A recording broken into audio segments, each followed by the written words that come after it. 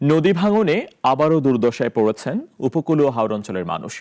আগুনমুখা নদীর ভাঙনে পটুয়াখালীর চালিতা বনিয়া গ্রামের অনেক পরিবার সব হারিয়ে নিঃস্ব হয়ে গেছেন।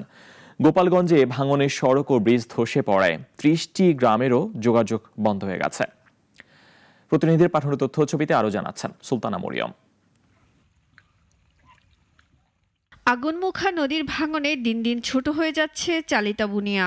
গত ১০ বছরে শত শত পরিবার হারিয়েছে ভিটেমাটি। কেউ চলে গেছে অন্য জায়গায়, কেউ নদী পাড়ে কোনো মতে টিকে আছে। দুর্বল বাঁধ আর জোয়ারের ঢেউয়ের সঙ্গে চলছে টিকে থাকার লড়াই। চালিতা বুনিয়ায় অনেক পরিবার ভিটেমাটি হারিয়ে এখন শেকড়হীন। কারো প্রিয়জনের কবরও গেছে নদীগর্ভে।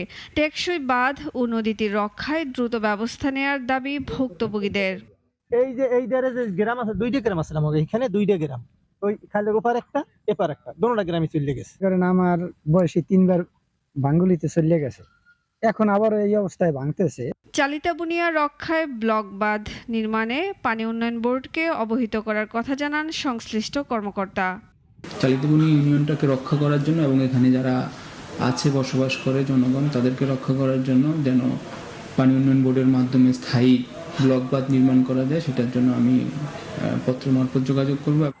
গোপালগঞ্জের টুঙ্গিপাড়ার শৈলদহ নদীর ভাঙনে সড়ক ও ব্রিজ নদীগর্ভে বিলীন হয়ে গেছে।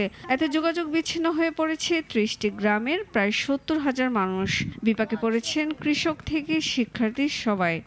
এখানে আগে একটা ব্রিজ ছিল, সেই ব্রিজটাও নদী ভাঙনে ভেঙে গেছে। যদি নদী ভাঙনটা রোধ করা না যায় তাহলে রাস্তা যতই সংস্কার হোক এটা তো থাকবে না। 1 ঘন্টা লাগে আবার স্কুলে যেতে।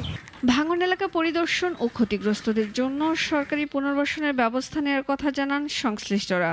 সরেজমিনে পরিদর্শন করেছি, আমরা পানি উন্নয়ন বোর্ডকে চিঠি দিয়েছি, আমরা চিঠি এখানে জিও ব্যাগ ফেলে এটা ভাঙন রোধের ব্যবস্থা নিব ইনশাআল্লাহ। কর্তৃপক্ষ দ্রুত ব্যবস্থা নেবে এমনটাই প্রত্যাশা ভুক্তভোগীদের।